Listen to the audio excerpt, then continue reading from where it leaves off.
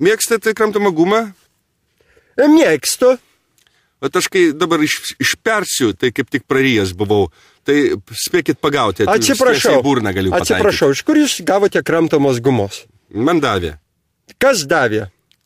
Čia studijoje buvo padėtas mano gumos pakelis. Atsiprašau, jūs savo gumos niekada nenusipirksit, nes esate visiškas skrega. Ir parduotuviai, jūs skaičiuojate centus, jūs net drebate visas, kai jūs centą pamatot parduotuviai nukrytasi, jūs net pradedat drebėti. Mane taip išmokino tėveliai, taupyk centą prie cento. Taip, bet iš kur kramtoma guma dabar pas jūs atsirado? Aš atsinešiau pakelį kramtomos gumos ir pasidėjau... O tai kas jums darosi keisti, kad draugas biškį atsilaužė?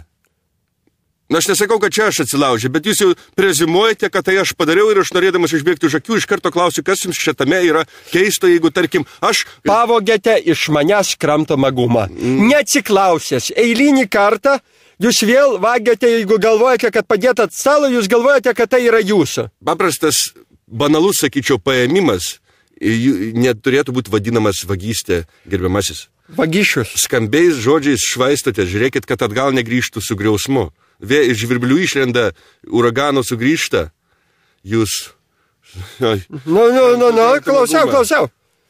Tai pasiaiškinkit, kur jūs gavot kramtomą gumą? Man ją davė. Kas davė? Davė man... Kas? Skaiva davė. Skaiva bare šiuo metu. Skaiva bare davė. Aš buvau vakar Vilniuje. Taip, vakar buvau. Jei uždrausta yra bendrauti su jumis.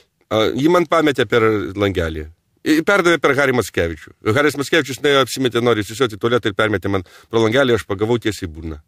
Ir dabar sėkmingai kramtau. Ir ar reikėjo dėl to viso šito vėją dabar tokį kelt, gerbiamas Ar patikės radio klausytojai jūsų tokia versija? Duodu 1%, kad tikrai ne.